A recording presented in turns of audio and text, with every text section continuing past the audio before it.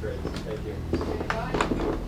A few moments ago, I met with His Excellency the Governor General, and he has agreed to my request that Parliament be dissolved. We need to be certain that the government is living within its means, that when we raise taxes, or, sorry, I don't want to say the words raise taxes.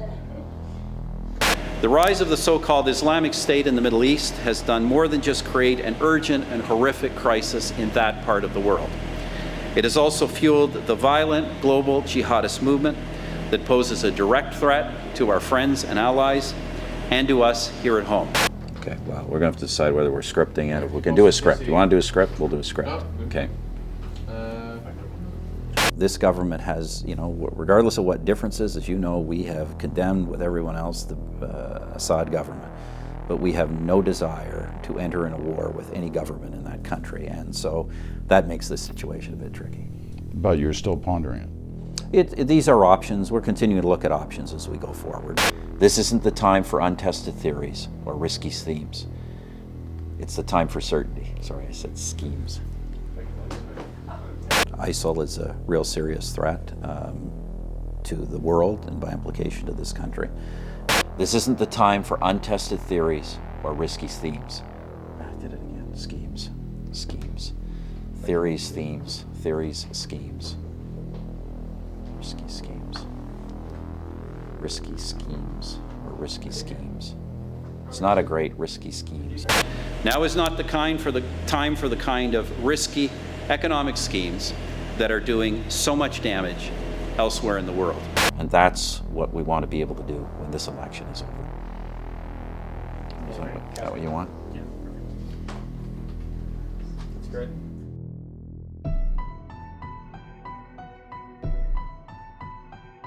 If the point is to protect Canada from ISIS-inspired terrorists on the home front, then Stephen Harper is by far the worst Prime Minister this country has ever had. These acts of violence are planned and engineered retaliation for bombing the Middle East. It doesn't matter who will replace ISIS in Iraq and Syria. The goal of a long-term conflict with these countries is to bankrupt the West. But this doesn't stop with Stephen Harper. The Harper Deception is this belief that this is all his fault and that future wars and a larger surveillance police state will cease under a new government. Harper is not in charge, and voting him out will do nothing. There are other special interests that determine foreign policy. Officially, Canada helps with Iraq's pro-democratic Western puppet government, but in reality, we arm the Kurdish minority whose goals are an independent state that includes part of Iraq, Syria, and Turkey. Some of these Kurdish fighters are armed by the West and are linked to ISIS. Despite having no navy, no air force, and only Western weapons, ISIS is the most brutal group that has ever existed and should be wiped out by more Western weapons. The logic is clearly circular and only goes to reinforce the war and chaos. Bankrupt the West, destabilize the Middle East, and create refugees with embedded militants. Canada also aids Iran despite publicly shaming them and closing our embassy there. Iran is of course arming and helping the Shiite militants to fight the Sunni ISIS. This conflict with ISIS in Syria would have started earlier if it wasn't for Vladimir Putin. The Russian president stood up to the Western war machine, and in return, a full onslaught of Western war propaganda was launched against the man championing for peace. All because the Mossad in Israel wanted Syrian President Bashar al-Assad gone. The Western powers created ISIS to do this, but now we're helping Assad and his government fight against the Islamic State. We, as taxpayers, are literally funding and arming both sides of this conflict. There is no point to more intervention. It was the public's acceptance of the preemptive war in Iraq that led to the toppling of Saddam Hussein. Once the precedent was set, subsequent interventions became the norm of not only the United States foreign policy, but Canada's and Western Europe's as well. This is not a Stephen Harper problem. This is a Bilderberg problem. A problem with power elites who meet with the world's top media and conglomerates behind closed doors and plan for war and empire. ISIS is now in Libya, another failed state thanks to the removal of Gaddafi, and they are now also emerging in Afghanistan and Pakistan. As for the Canadians, there are people here who fully support Stephen Harper. They ignore the reality of the outside world, believing all the war propaganda and thinking the police surveillance state is the only remedy to counter terrorism. But the problem with these security measures is that they actually cause what they claim to prevent. Giving new powers to the Canadian Security and Intelligence Service will just alienate the Muslim community they claim to be helping. Most people are peaceful and work with the police even if it's ultimately against their self-interest.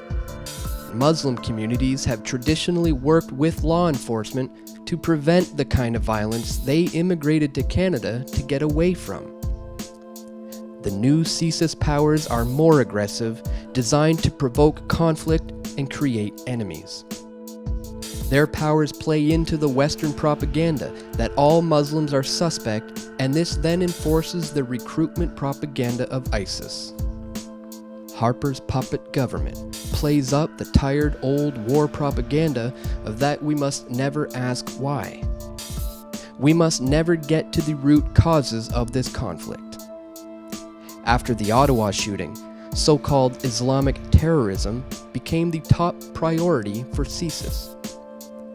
The Five Eyes was used more often to spy and collect data on Canadians abroad. As well, CSIS sources and informants have more anonymity from Access to Information Act requests. Capitalizing on fear, condemning the root cause question, and following the US empire into war. These are just some of the characteristics of all Western nations. It doesn't matter what party is in power. Stephen Harper uses war as an effective political tool. His supporters support him because of his hardline stance against the terrorists that the West created. Harper's neoconservatism has awakened the authoritarian right at a time when the left has become extremist in the opposite direction. Stephen Harper is still a contender for Prime Minister. He was in Europe for Bilderberg, his poll numbers are still strong, and there are plenty of people who want to see him instead of Mulcair or Trudeau. There are people still buying into the Harper brand, and his loyal support for Israel and condemnation of Russia are just the beginning of the story. A Russian Foreign Ministry spokesman called Canada's economic sanctions an attack that will not go unanswered. Canada imposes sanctions on Russian energy firms and food items. And all because Putin dared to stand up to the Western war machine. He dared to stand up to more destabilization in the Middle East by arming the rebels in Syria, the rebels that eventually became ISIS, and the Syrian refugees that have ISIS embedded among them. Harper's foreign policy is an absolute mess, and his response with the domestic police state is even worse. But the buck doesn't stop with Stephen Harper. There is a power behind the scenes. There are an elite group of people who decide what Western nations will be doing. From finance to war, down to even a cultural march that has eroded family values and local governance. Stephen Harper is Prime Minister and Member of Parliament in the Canadian House of Commons. However, he clearly does not represent the interest of his riding or the people of Canada.